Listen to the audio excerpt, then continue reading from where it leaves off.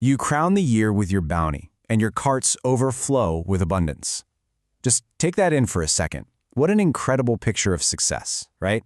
Now, you might think that's just some beautiful old poetry, but what if I told you that that line from an ancient psalm actually holds a surprisingly modern key to leadership? So that's exactly what we're going to do. We are going to unpack the wisdom of Psalm 65. And trust me, this is so much more than just a nice poem. It's a blueprint, a step-by-step framework for building real, sustainable success. And it works whether you're leading a massive company, a small team, or hey, even just leading yourself. Okay, so here's the game plan. It's an inside-out framework, which I love. First, we'll lay the foundation, forgiveness and grace. Then, we'll see how that solid ground helps us deal with the chaos of the world, with power and peace. After that, the good stuff, the harvest, which is all about provision and gratitude, and we'll wrap it all up with what I like to call the leader's symphony.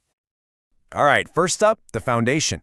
And this is so critical. The psalm makes it really clear that any success that's actually going to last has to start from the inside out. Every single bit of it, begins with building a culture of forgiveness and grace. And this is such a powerful way to think about it. The psalm starts in Zion, the temple, which was the place for forgiveness and praise. So what's our modern-day equivalent? It's our workplace culture. That's our temple, in a sense. It has to be a place of what we now call psychological safety. And listen to how brutally honest the text is. It says, when we are overwhelmed by sins, or let's be real, our mistakes, our failures, you forgave our transgressions. It just lays it all out there. It acknowledges this fundamental human truth. We all mess up. We're not perfect. And you know what? Acknowledging that reality is the only starting point for a healthy team. And this plugs directly into that huge business idea we talk so much about today, psychological safety. What is it really? Well, it's a culture where people aren't terrified to admit they don't know something or that they made a mistake. It's where honesty is actually rewarded and where grace is the go-to response when things go wrong. That is the kind of secure environment that high-performing teams absolutely need to thrive. So, okay, how do you actually build this? Well, as a leader, it starts with you. You have to be the first to admit you're not perfect, and neither is your team. From there, you can really actively encourage people to be honest about their weaknesses. And this is a big one. Remember to extend grace, not just bonuses. It's all about fostering an environment where people feel genuinely secure, not just temporarily incentivized. Okay, so once that internal foundation is solid, the psalm totally shifts gears. It turns its focus outward. Now we get to see how that bedrock of grace allows a leader to face the, let's face it, inevitable chaos of the world with a really unique kind of power and peace. I mean, just look at this language.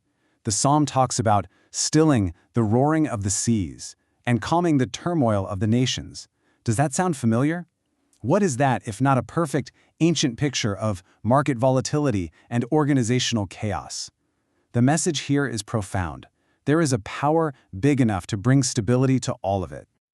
And here's where it gets personal for a leader. When your own peace isn't tied to the quarterly report or the latest stock market dip, when you're rooted in a trust that's bigger than all that, your calm actually becomes a stabilizing force for your whole team. The psalm calls this a wonder. And seriously, if you've ever worked for a leader who is genuinely calm and centered in a crisis, you know exactly what that means. It's a game changer. All right, so we've built our foundation. We've faced the chaos. And now we get to the best part, the harvest. This whole section is about provision and, just as important, how we respond with gratitude. The psalmist uses this beautiful metaphor of a farmer in their land. So for a leader, what's your land? Well, it's everything you're responsible for. It's your team, your projects, your capital, the whole shebang. And the key insight, the big idea here, is that you are the steward, you're the caretaker, but you are not the ultimate source of the growth. That's a huge distinction. And just look at the detail in this process. This isn't some magic, one-and-done event. It's a sequence. First, he cares for the land. Then he waters it. He drenches its furrows, softens it with showers, and then he blesses its crops. It shows this incredibly diligent, comprehensive, and attentive process that leads to the harvest. It's all about cultivation. And this brings us to such an important point, especially today. Sustainable success is not just about your hustle. It's not about grinding 24/7. It's a partnership. It's about combining our diligent cultivation, all the hard work we pour in, with a humble reliance on a source of growth that is way beyond our own efforts. Okay, let's bring it all home. We've got these three movements, and the psalm concludes by weaving them together into what you could totally call a leader's symphony. It's the perfect metaphor for how all these different pieces harmonize to create something beautiful, something successful. Here it is, the entire blueprint on one slide. Look at the journey. You start with humility, acknowledging that you and your team need grace. Then you face the inevitable challenges with reliance, trusting in a power greater than the chaos. And finally, you receive the success not with pride or arrogance, but with deep, profound gratitude for the harvest. It's a complete inside-out model for leadership.